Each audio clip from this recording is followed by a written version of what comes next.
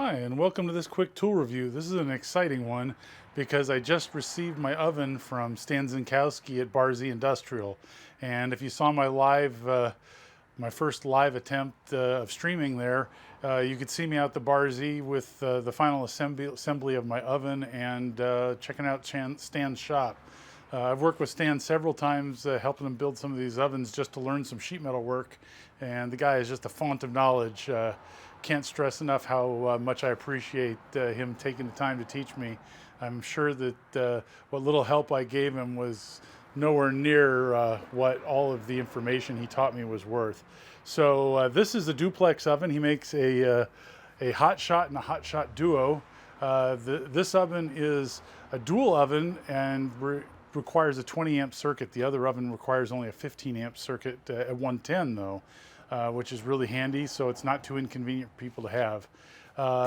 This dual set of ovens has a high temperature oven on the bottom, and on the top, a low temperature oven. So the beauty is you heat treat your part here, and then when it's done, you dump it in oil or water or air cool it down to the proper temperature, and then pop it into your tempering oven right up above that's already up to temperature or set to ramp up if that's what you need to do.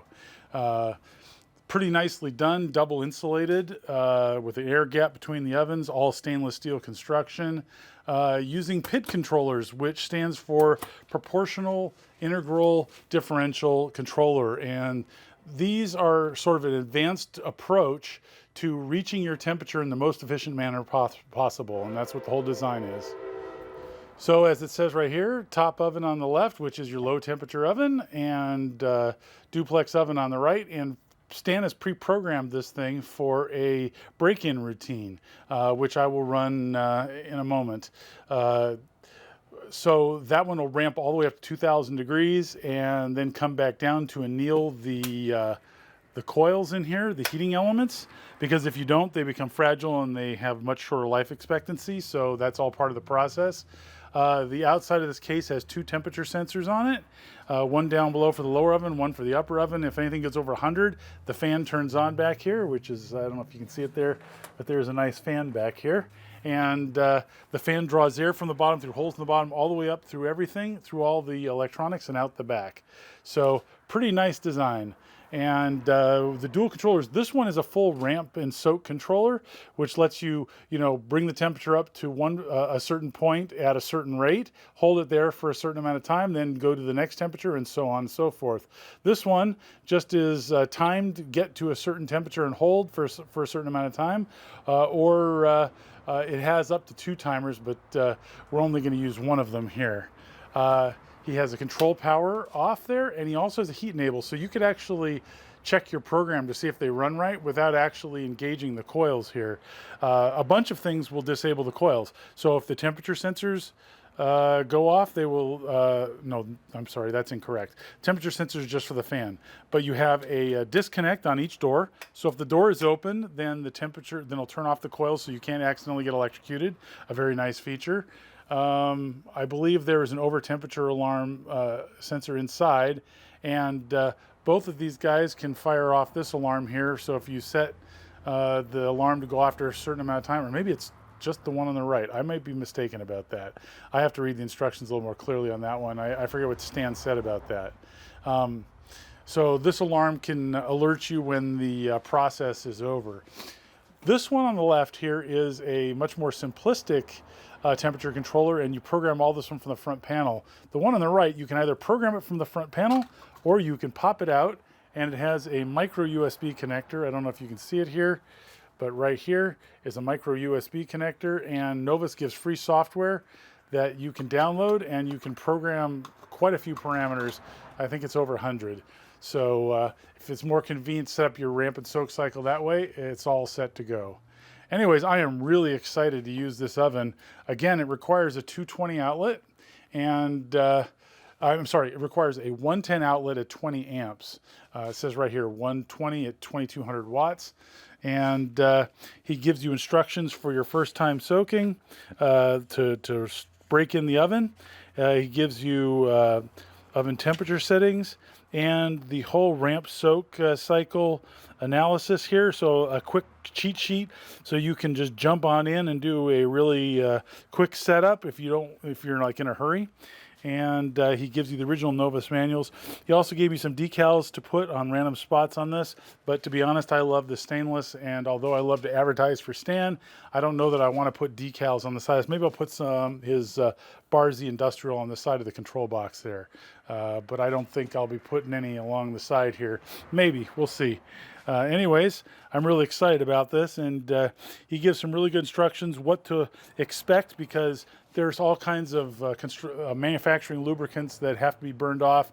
The wool itself, the K wool, has to outgas, and so as this thing is heating up, it's going to turn really dark brown, and then it'll end up a light gray when it's all done and all roasted out. So we're going to start that process. It takes 4 and change hours, and when it's done, we'll bring you back. By the way, before I run this program, just so you know that expect to have smoke come out of this for the first few hours as it's burning off stuff. There's even going to be steam coming out of it as it dehydrates the ceramic fiber wool. And so all of that is normal. Don't get freaked out, but don't do it indoors. Do it outside with good ventilation.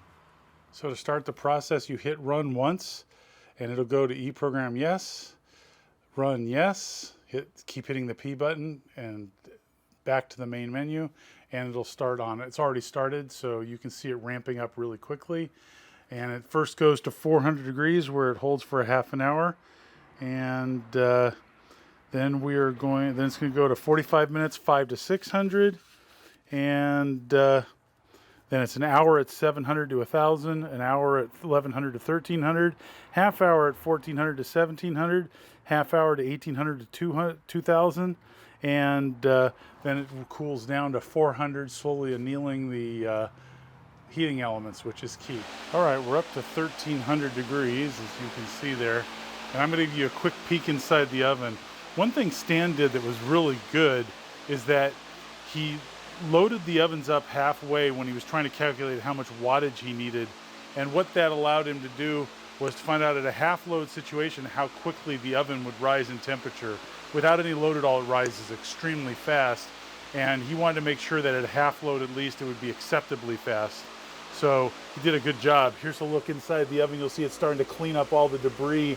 It was all black in there, as all the soot deposited everywhere, but now we're burning off soot.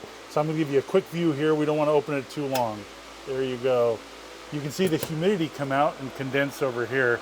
Anyways, that is, we're well along the way. We're about to head down to 1,400, 1,700 next, and then a final 2,000, last 2.5 hours, then it's cool down.